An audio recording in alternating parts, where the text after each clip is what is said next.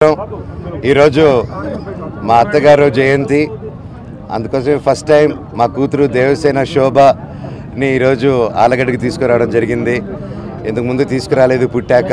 So ఎప్పటి నుంచో ఈరోజు జయంతికి తీసుకెళ్దామని వెయిట్ చేస్తూ ఉన్నాము.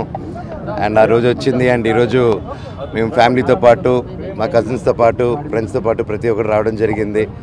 అండ్ ఊర్లో ప్రతి ఒక్కరు ఎంతో ప్రేమగా ఆహ్వానించి మమ్మల్ని ఎంతో ప్రేమగా చూసుకున్నారు. ప్రతి ఒక్కరికి, ఇక్కడున్న ప్రతి ఒక్క జనాలకి, భూమా కుటుంబానికి, క్యాడర్కి, ప్రతి ఒక్కరికి thank you so much. And అన్ని చోట్ల నుంచి వచ్చిన, రాయలసీమ నుంచి ప్రతి చోట్ల నుంచి వచ్చిన నా ఫ్యాన్స్కి, నా వెల్ విషర్స్కి, నా బ్రదర్స్కి, ప్రతి ఒక్కరికి థ్యాంక్ యూ సో మచ్. మీకు ఎప్పుడు రుణపడే ఉంటాను. Thank you. అది లోకమెంట్స్ అండి. Thank you so much. ఈరోజు మా అత్తగారు జయంతి, అందుకోసం ఫస్ట్ టైం మా కూతురు దేవసేన శోభని ఈరోజు ఆలగడ్డకి తీసుకురావడం జరిగింది.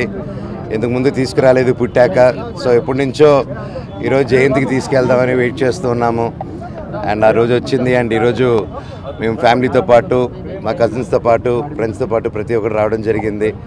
అండ్ ఊర్లో ప్రతి ఒక్కరు ఎంతో ప్రేమగా ఆహ్వానించి మమ్మల్ని ఎంతో ప్రేమగా చూసుకున్నారు.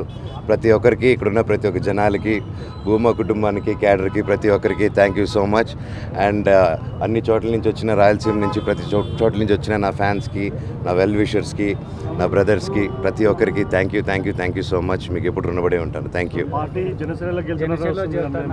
అది లోకమెంట్స్ అండి. Thank you so much.